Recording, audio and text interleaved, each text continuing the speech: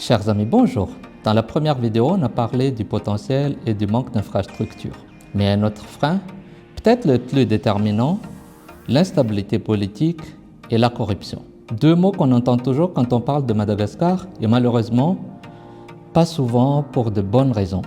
Depuis 1960, Madagascar a connu plus de 5 crises politiques majeures. 1972, la chute du régime tyranne. 1991, manifestations massives et transition vers la Troisième République. 2002, crise post-électorale entre Ravalomanana et Ratsirak. 2009, prise de pouvoir d'Andradjoen, suivie de plusieurs années d'isolement international. Et plus récemment, en 2023, de nouvelles tensions électorales. Chaque fois, le scénario se répète.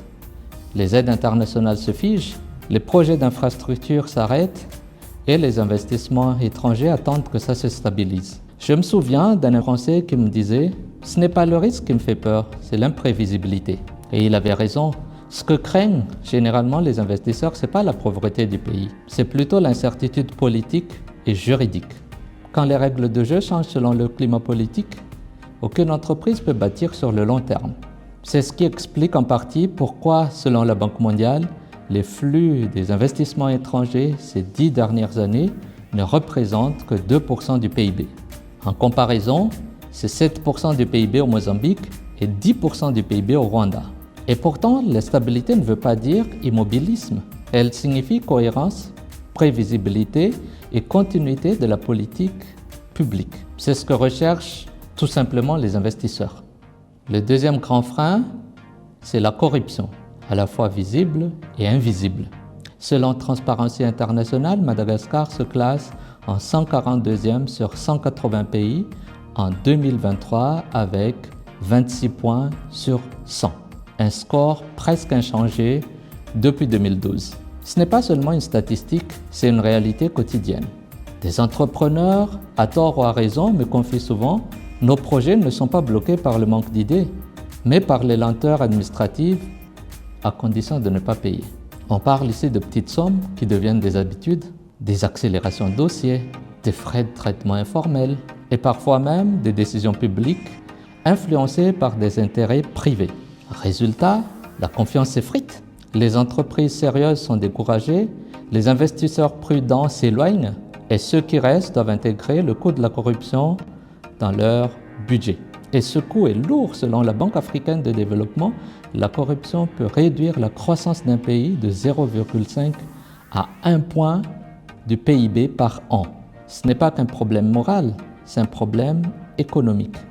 Chaque acte de corruption ralentit la croissance, affaiblit la justice et décourage surtout ceux qui veulent créer honnêtement. Mais il faut aussi parler des signes positifs.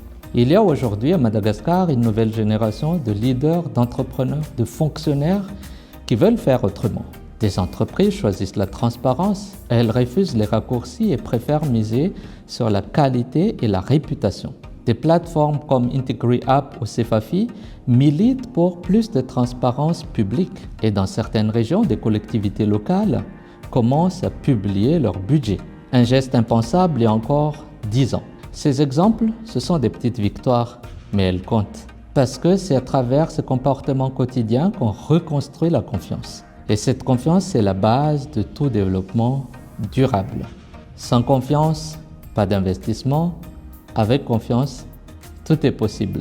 L'instabilité politique et la corruption ne sont pas une fatalité, ce sont des défis qu'on peut surmonter ensemble.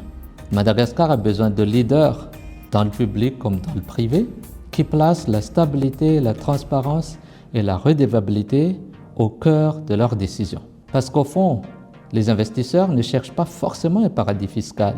Ils cherchent un pays sérieux, prévisible et juste. Et ce pays, Madagascar, peut le devenir. Pas demain matin, mais à travers des gestes concrets, une culture d'intégrité et une vraie volonté politique. Et dans la prochaine vidéo, la 3e de cette série, on parlera d'un autre défi, plus social cette fois. La pauvreté, la vulnérabilité et comment certaines entreprises malgaches réussissent malgré tout à créer de la valeur et de l'emploi durablement.